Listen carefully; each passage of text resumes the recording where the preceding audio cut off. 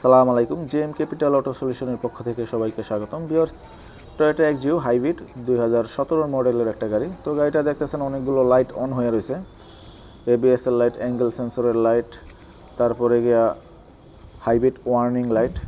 তো এই সমস্যাটা নিয়ে কাস্টমার আমাদের কাছে আসে। তো এই যে দেখেন, আমি গাড়িটা সর্বপ্রথম ডায়াগনোস করতেছি।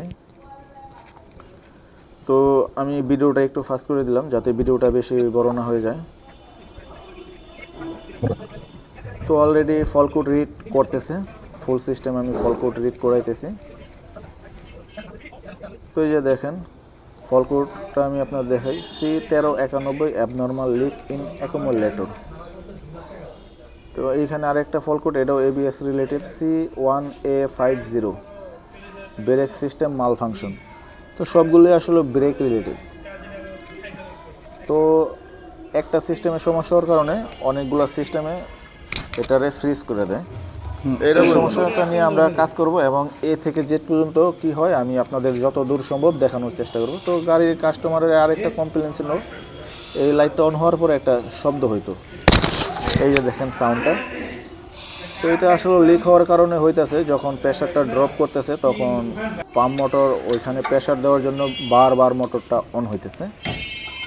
তো এই সমস্যা নিয়ে যদি আপনারা দীর্ঘদিন গাড়ি চালান তাহলে হঠাৎ করে যে কোনো সময় এটা গাড়ি অফ অবস্থায় মোটরটা চলতে থাকবে, এই ক্ষেত্রে ব্যাটারিটা ডাউন হয়ে যেতে পারে এবং আপনারা দেখা গেছে সকালে স্টার্ট দিলেন, স্টার্ট নেবে না। তো একটা বিড়ম্বনা এবং পেরেশানির ভিতরে পড়বেন। তো আমরা এই যে দেখেন এটার ব্রেক বুস্টারটা খুলতেছি। অলরেডি ব্রেক বুস্টার খোলা শেষ।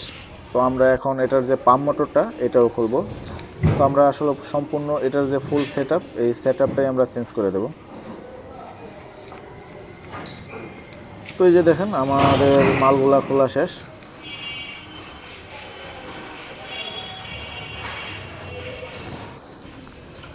তো আমরা এই যে দেখেন রিকন্ডিশন আরেকটা মাল লাগাইছি, এটা হচ্ছে ব্রেক বুস্টার, আর এখানে হলো পাম্প মোটর আমরা লাগাইতেছি। এই যে দেখেন মালটা একদম নতুনের মতোই। তো আমরা আসলে যেই মালগুলা ইউজ করি এগুলা জাপান রিকন্ডিশন, আমরা জাপান রিকন্ডিশন ছাড়া কোনো মাল লাগাইও না। আমাদের কাছে আপনারা যদি আসেন তো 100% পার্টস নিয়ে কোনো চিন্তা করতে হবে না, জেনুইন মালটাই আমাদের কাছে পেয়ে যাবেন, 100% জেনুইন এবং 100% রিকন্ডিশন।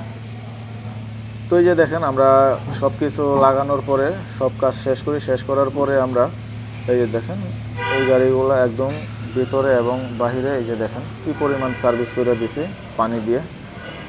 তো আমাদের কাজের কোয়ালিটিটাই এরকম আসলো। তো এই যে দেখেন ভিউয়ার্স, সব কিছু কমপ্লিট, বাট ভিতরে কোনো লাইট নাই। গাড়িটা রেডি মোডে আছে অলরেডি। তো আমি যদি আপনাদের আরও একটু কাছে থেকে দেখাই, অলরেডি আমি আপনাদের স্ক্যানারে দেখাই,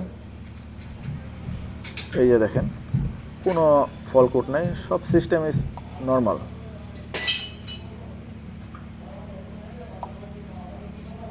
নো ডিটিসি।